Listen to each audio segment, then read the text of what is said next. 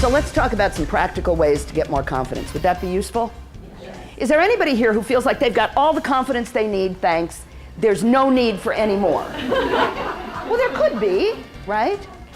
So I want to say that when I talk about confidence, I'm not talking about being arrogant or being a jerk or having your nose in the air, but I am talking about feeling comfortable in your own skin and being able to stand up in front of a group and feel comfortable in your own skin and connect with people that way. Does that sound like something you'd like? Yes. All right. When you're delivering important information, when you particularly want to be seen as the authority or the expert, you want to go for a vertical line. And your shoulders are squared off and down, and your head is straight up and down. Notice how different even this is if I tilt my head when I'm talking. Do you see that? A lot of women do this.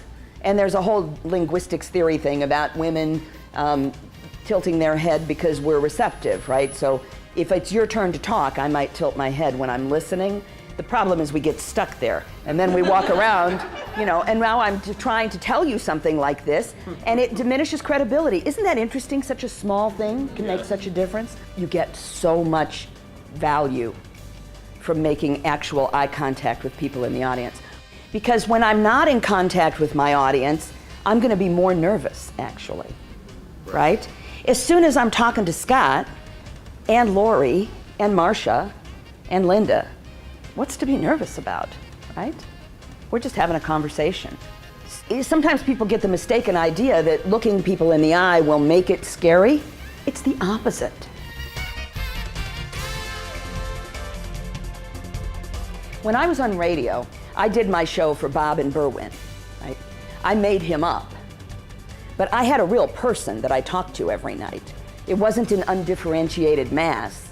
It was a guy having a beer, saying, "Hey, Katrin," right? That's how they talk in Berwyn. So it's the same with an audience. I don't want to come here and talk to this huge group. You can't move a whole group, right? You move people one at a time.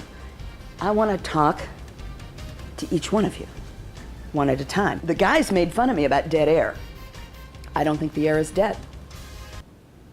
I think when I pause, right here, the air is so alive I can feel it. Can you? Yes.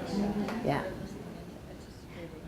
So, as a speaker, you want to use silence. You want to use the pause, and don't be afraid of the pause. And don't fill up the pause with blah, blah, blah, or with like, you know, kinda, sorta, all that padding that we tend to use.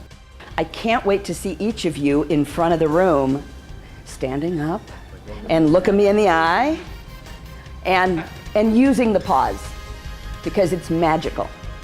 Thank you so much.